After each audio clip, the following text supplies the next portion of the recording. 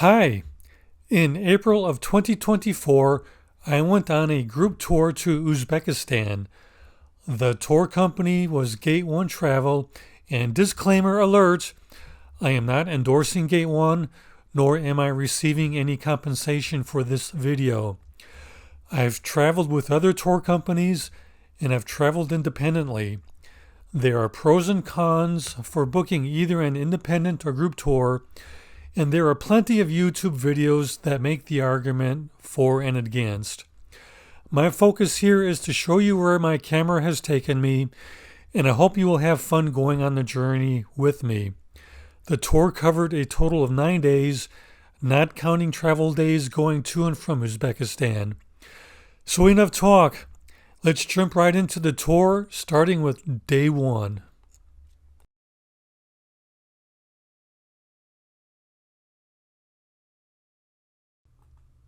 The first day of our tour started with a drive through the city of Tashkent to see some of the sights.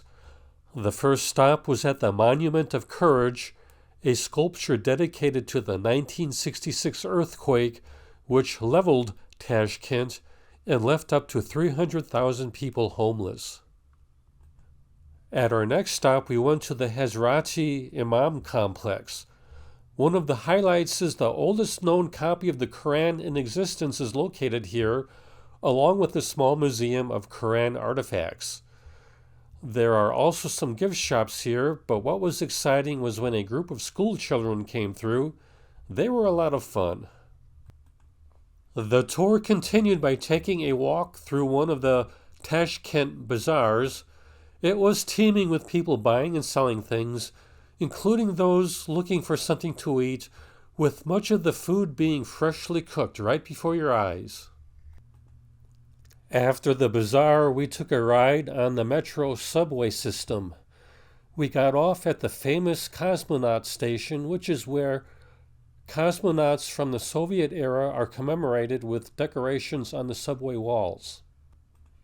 After dinner, we walked around to experience some of the Tashkent nightlife, but getting back to the hotel became a challenge because the tour bus was blocked by someone who didn't know how to park. Still, we managed to get out, and that was a little bit of an adventure to finish out the day.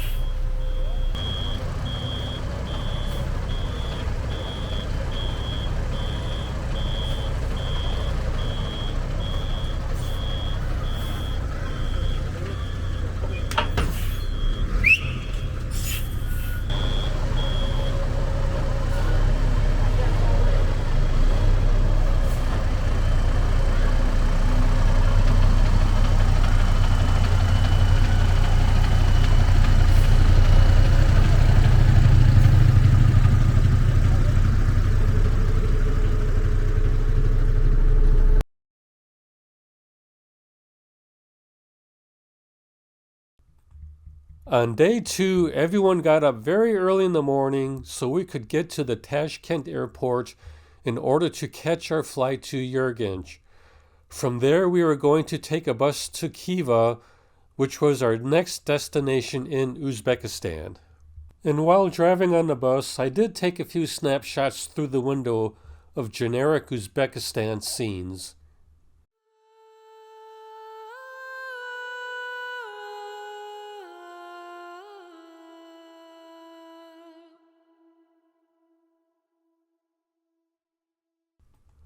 On the way to Khiva, we stopped to explore 2 different archaeological sites where there were ancient desert fortresses.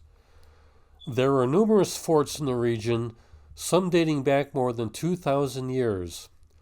So please come and join us as we explore the old ruins.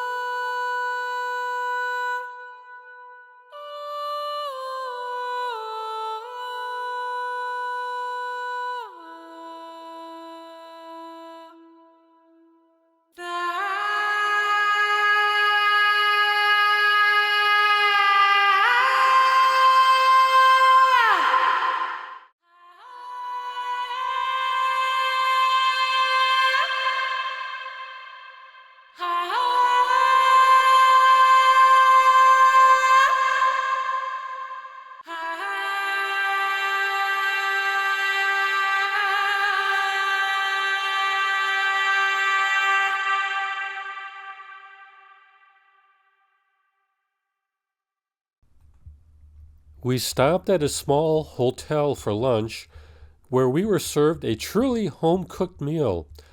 I photographed the kitchen where they did the cooking and the staff, as it was very different from the way we do things back in the United States. After lunch, we had a little surprise. The hotel had some camels, so we tourists were able to have a camel ride.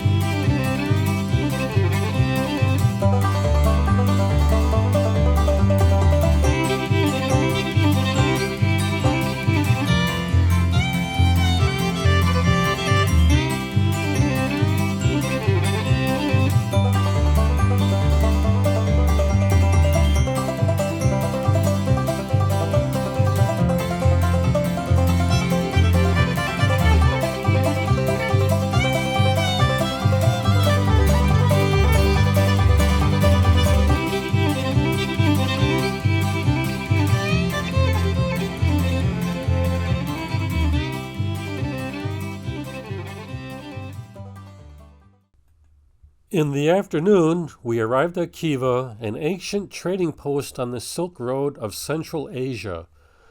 The old town is a UNESCO World Heritage Site, and we all met for dinner and enjoyed a performance by Uzbek people showing us some of their traditions and culture, and that was the end of day 2.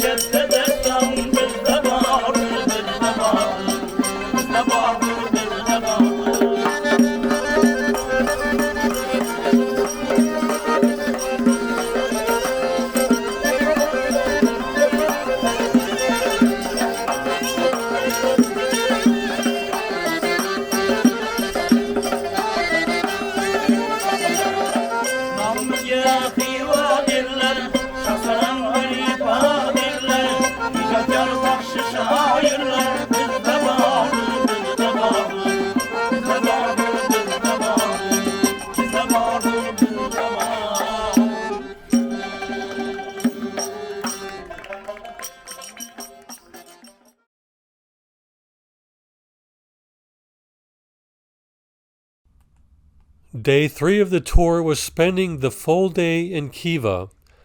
The old town has a number of mausoleums, mosques, historical buildings, museums, and more.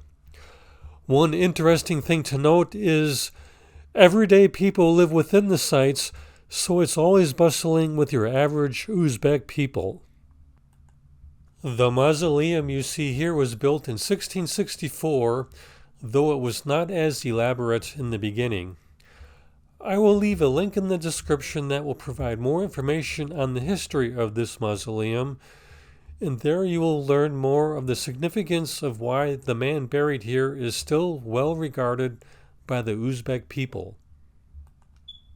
As we move into the next video clip, you will see Uzbek women planting flowers. It's springtime here in Uzbekistan, and as we went throughout the country, the Uzbek people could be seen planting flowers everywhere. It should go without saying, wherever you will find tourists, you will find vendors selling souvenirs and local merchandise.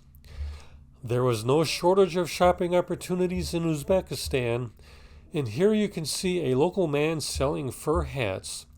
They were quite a hit with the women in the group, but they did have hats for men too. Feel free to negotiate and barter with the prices here in Uzbekistan, and if you see something you like and can find a bargain, that can be part of the fun when traveling to another country. When you're touring through Khiva, you might want to stop to eat or get a refreshment at one of the restaurants that have a patio area on the roof. By walking up a few flights of stairs, you can literally have a rooftop view of Khiva where you can relax and enjoy the view. Khiva is home to many historical buildings and small museums. If you're a history fan, you will find many types of displays and artifacts to browse through, many more than what you're seeing here. One place that may interest you are the remnants of the palace and harem of one of the khans that used to reside here. Now, have you ever wanted to climb up inside a minaret? This minaret right here is open to the public, and after paying a modest fee to enter, you are welcome to go up to the top. The stairs are very steep, but not difficult to climb. The thing is, when you look down behind you, there is nothing to keep you from falling, and it's going to be a very long fall to the bottom. I'm not afraid of heights, but I am afraid of falling, so I was very slow and methodical going both up and down. I was scared of falling and would make sure that feet and hands were solidly in place before I made the next move. It would have been different if there was a handrail to hold on to, but that was not the case. Needless to say, I was very squeamish traversing the steep stairs, but I did it, though I don't think I will ever do this again.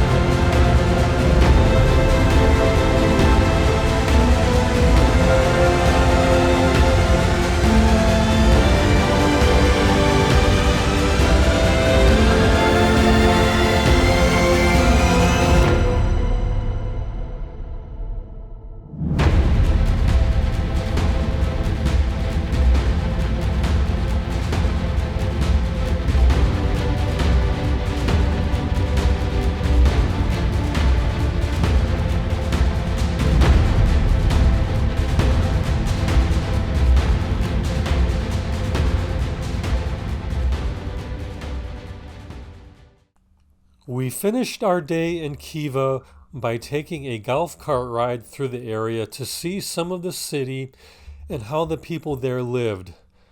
After that, we watched the sunset on another rooftop patio while drinking wine and eating snacks. So that's how I will wrap up day 3, touring through town on the carts, and then we'll finish day 3 with photography scenes I had shot during the day.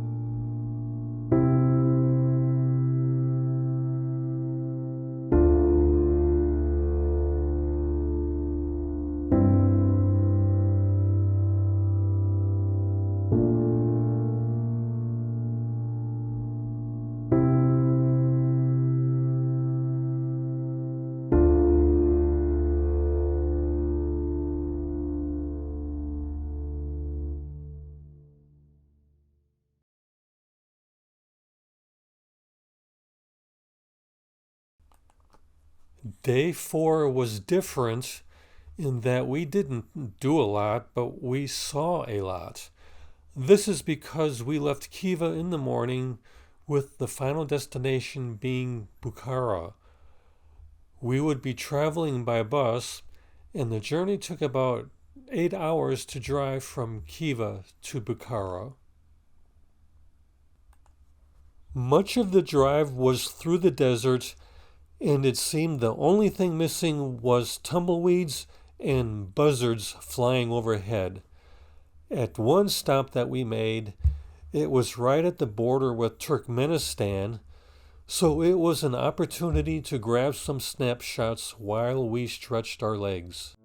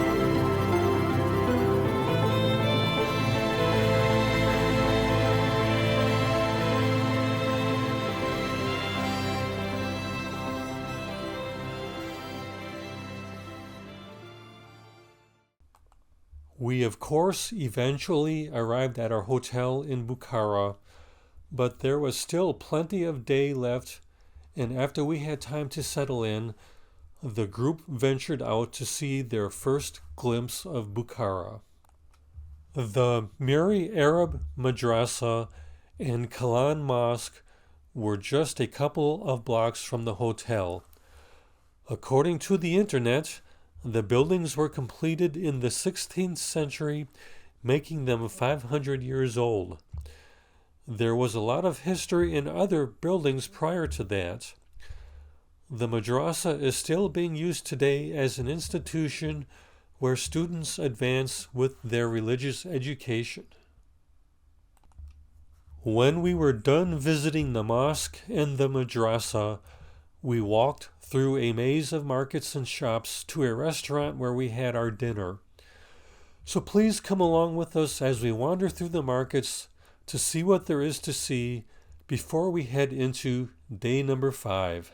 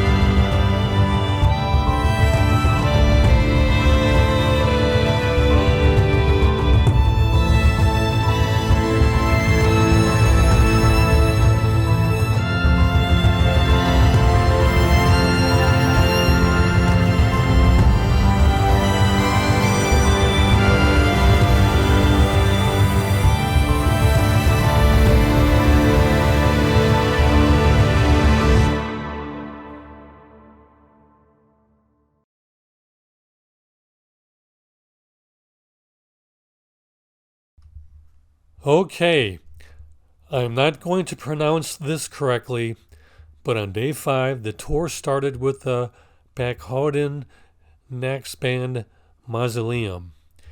It is part of a complex that dates back 500 years. You can probably find on the internet images that project more tranquility, but you can see the reality of how crowded this site can be with tourists. There is also a mosque here, and the property has a park-like setting. Waterbirds take advantage of the man-made pond, which in turn encourages families to bring their children so they can feed the birds. The Satori Palace was the summer residence for the last emir of Bukhara, and the complex was built in the 1910s, though earlier structures have not survived.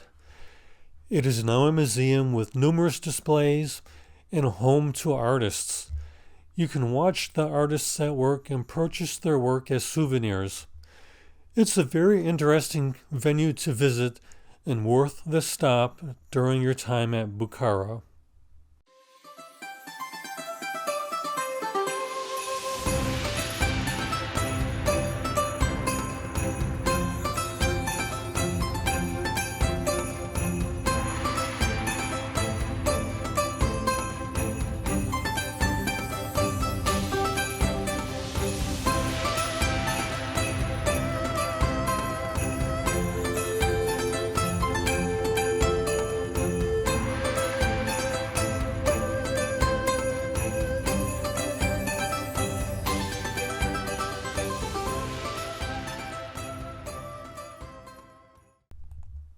Chor Minor was a gatehouse for a madrasa that no longer exists. It makes for a fun photo op, but there are small shops and souvenir stands inside and outside that are fun to browse through even if you're not a shopper. One of the vendors had a really cool Soviet-era military jacket that I wanted to purchase, but the price started out at 250 euros. The price came down after a bit, but even at the lower price, it was beyond what I wanted to spend for army surplus. Well, you can't go to the Middle East or Asia without having an opportunity to experience their textile products, especially the carpets. We were allowed to watch weavers making carpets by hand, and then, of course, we were shown some of the carpets that were for sale. And yes, there were people in a group who did make some purchases. Another stop that we made was at a local blacksmith shop where the specialty was knives. The guy was a master craftsman, and the knives he had made that were on display and for sale, they were the real deal. It was quality stuff. Blade and knife collecting is a very specialized hobby, so you have to be in that world to understand it. But it was very interesting to visit this shop.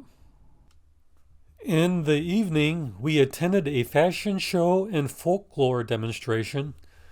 So we had dinner while watching local women doing traditional dance and showing off modern fashion clothes while a band played music from their culture. By coincidence, this time of year had local festivals with people coming out to enjoy themselves.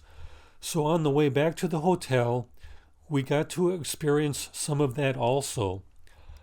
I will finish day 5 with music and dance, and then tie it all together. That seems to be a common theme with people throughout the world, going out, being together, and just having fun. And it's interesting to see how an ancient culture slowly transitions and blends into the modern world.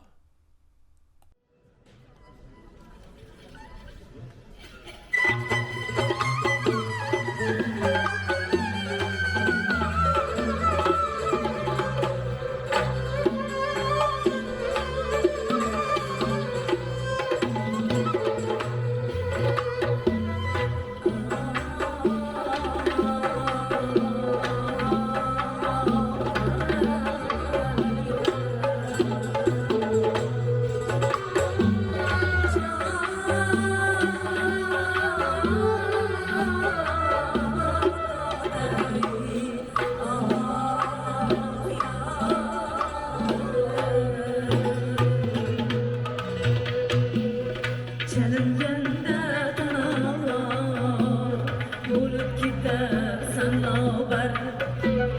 Sen o'yinga tushganda, davrada yo'q barobar. Shaydo bo'ldim senga, dilim ko'z yo'q senga. O'zingga xos sanating, sazovordur senga. Chalinganda tanavlar, bo'lib ketar sanobar.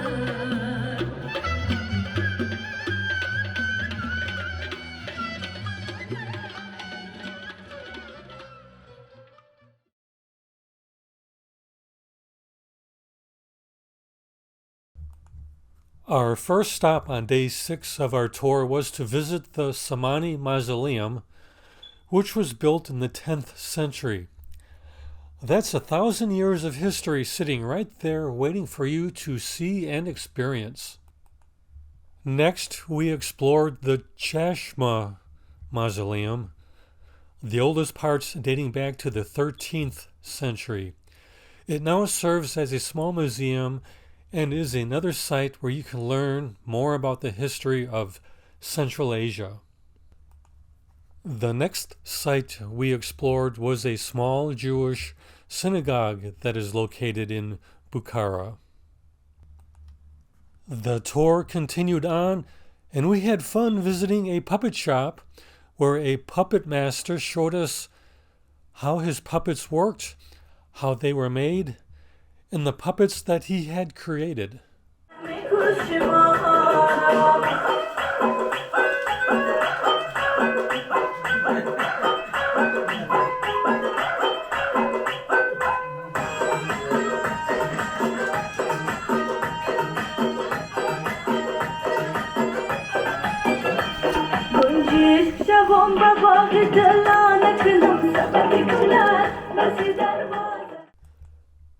We also visited the Bolo Mosque and the 5th century Ark Fortress.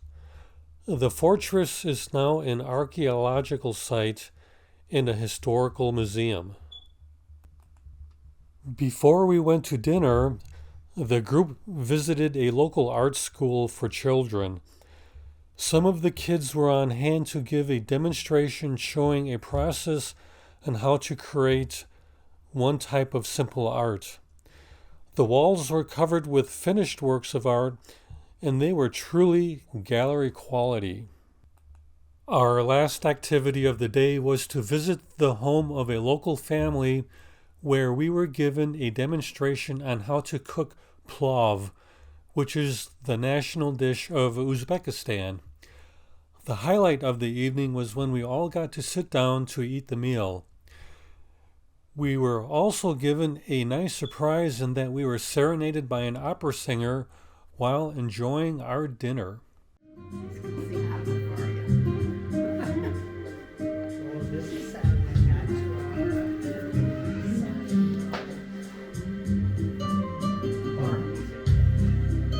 Let's control yourselves, ladies. This could be romantic.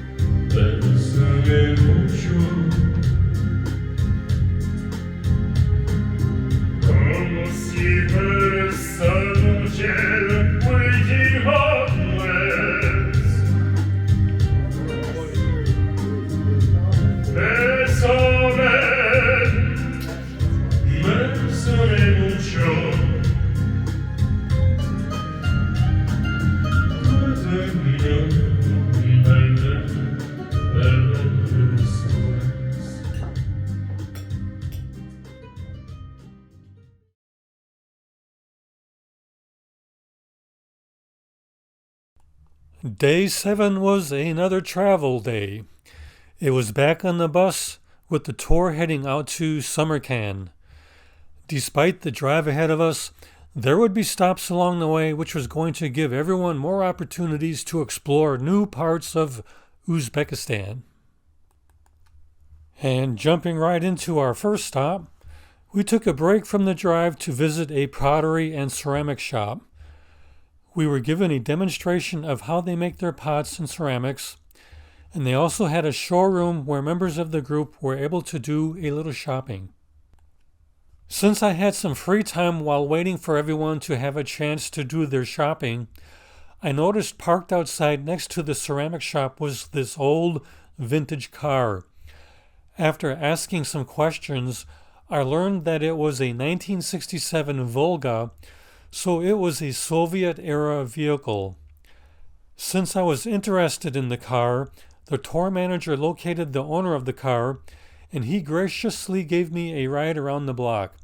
So please come along and join me while we go for a spin in an old Soviet classic.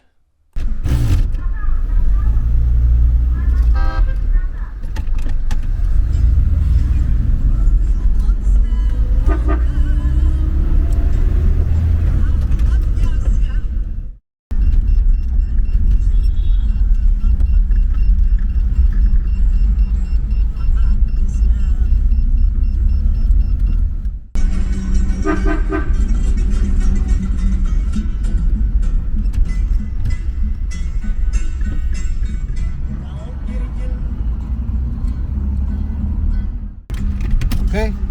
Very good, thank you. Very nice. Rahmat, sağ olun benim. Allah bana kudursun. Nice car. Это папины, подарок.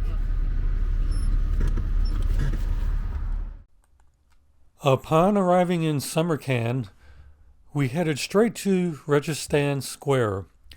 It used to be a public space where royal proclamations were delivered and also a place of public executions. We spent a fair amount of time here as there was a lot to see, and it's a popular tourist attraction, so it can be fairly crowded during peak times. There are tourists here from all over the world, people coming for religious inspiration, photographers and models doing photo shoots, and various museum displays. There's a lot to take in here.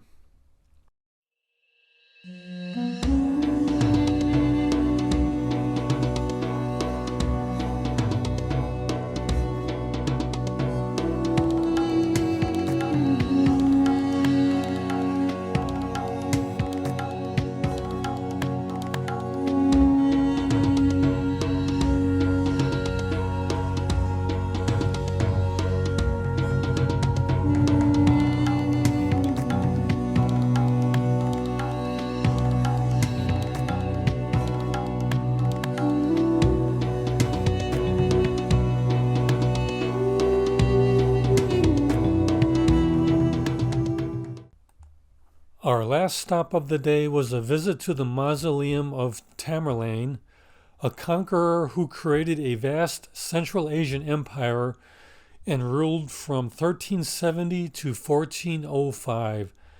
Tamerlane was considered to be a military genius, and his empire left a lasting legacy on the history of the region.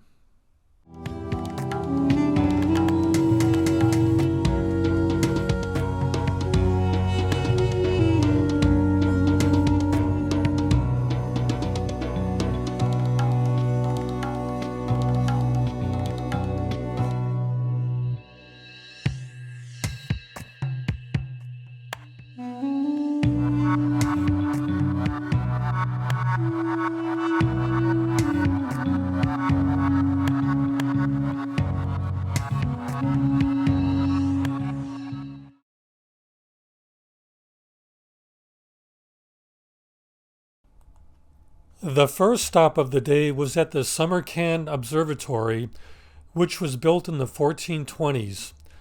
I'm not going to try to pronounce the name of the man behind this endeavor, but the scientific accomplishments made here were quite impressive. Very little remains of the original structure, but the legacy of the work done here carried forward through the centuries. When visiting the site, you can see what remains and also tour through the museum located here. Everywhere in Uzbekistan, you will find vendors selling bread. There are many different kinds of bread, and they are all very good. As we were getting ready to leave the observatory, I couldn't resist the bread vendors were selling in the parking lot. The tour guide helped me to purchase a loaf because of the language barrier. One huge loaf only cost $2, and it was enough to share with everyone on the bus. When you broke it open, steam came out because it was hot and as fresh as can be. And yes, it was delicious. The tour continued on to the tomb and mausoleum for Daniel, as in Daniel the prophet mentioned in the Bible. Religion is a topic for another day, but for many, this is a very holy and significant site. People come here to pray, and there is a holy man here who will recite scripture from the Quran and offer prayers for pilgrims seeking guidance and wisdom. أعوذ بالله من الشيطان الرجيم بسم الله الرحمن الرحيم أفمن يمشي مكبا على وجهه أهدى أمن يمشي سويا على صراط مستقيم قل هو الذي أنشأكم وجعل لكم السمع والأبصار والأفئدة. Okay, forgive me on the pronunciation, but the Afrasiab Museum of Samarkand was our next stop.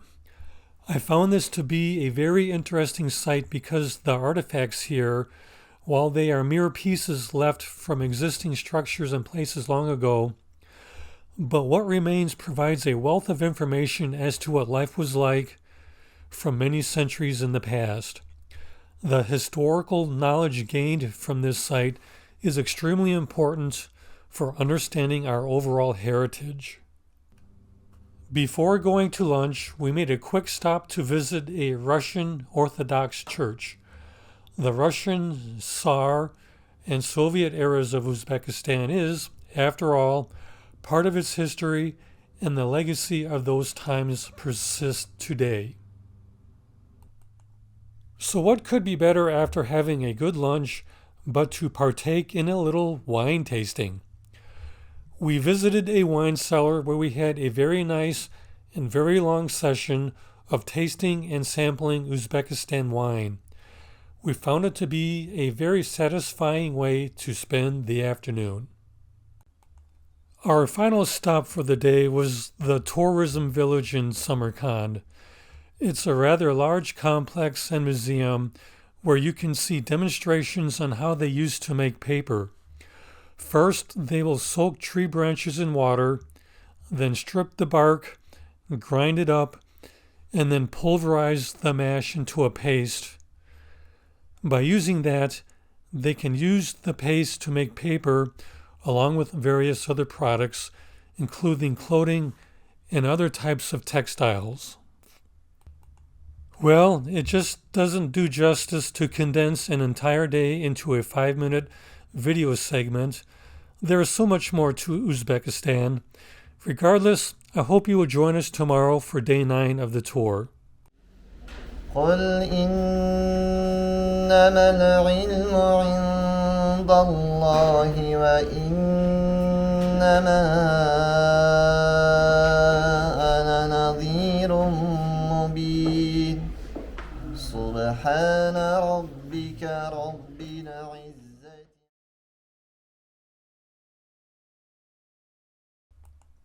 The Shah Zinda necropolis is an extensive complex of mausoleums and other buildings dating back to the 11th century. The names of some of the people here have been lost to time, but there are others of historical importance. Now a very popular tourist attraction, many people come here to learn about the history, but there are others who find spiritual and religious inspiration for coming here. والذي قدر فهدى والذي أخرج المرعى فجعله نحوا سنقرئك فلا. The Bibi Khanum Mosque was built in the early 1400s, but it fell into disrepair over the centuries. It was a victim of earthquakes, plundered for its building materials, and left to rot, but portions of the site were restored during the Soviet era. We then had some free time, so I wandered through the nearby bazaar. The markets are always teeming with people going about their lives, and it's fascinating to watch. So please join me as we get a glimpse of everyday life in Uzbekistan.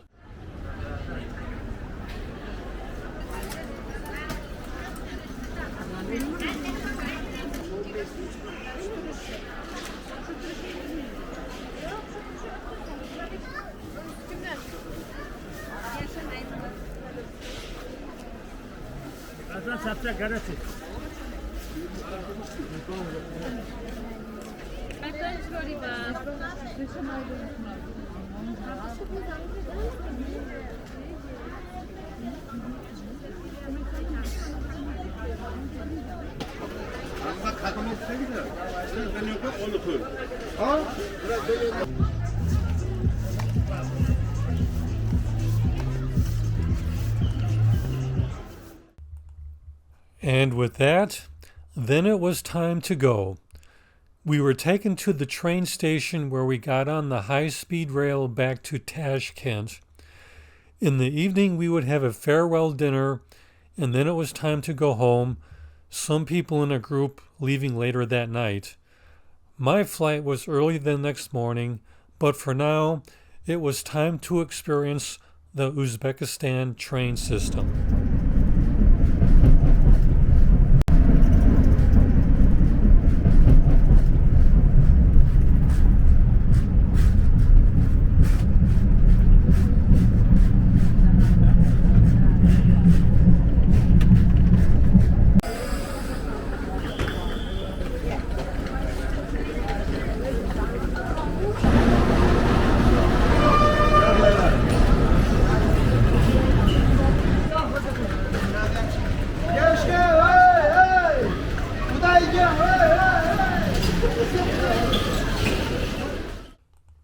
Our farewell dinner was held in the hotel restaurant, a lounge singer adding to the ambiance. The group met as strangers and left as friends, having shared the adventure of exploring Uzbekistan together. I've been to other countries in the region and was surprised at how modern Uzbekistan is compared to some of its neighbors. It is rich in history, but perhaps more important, it is rich with its culture, traditions, and people.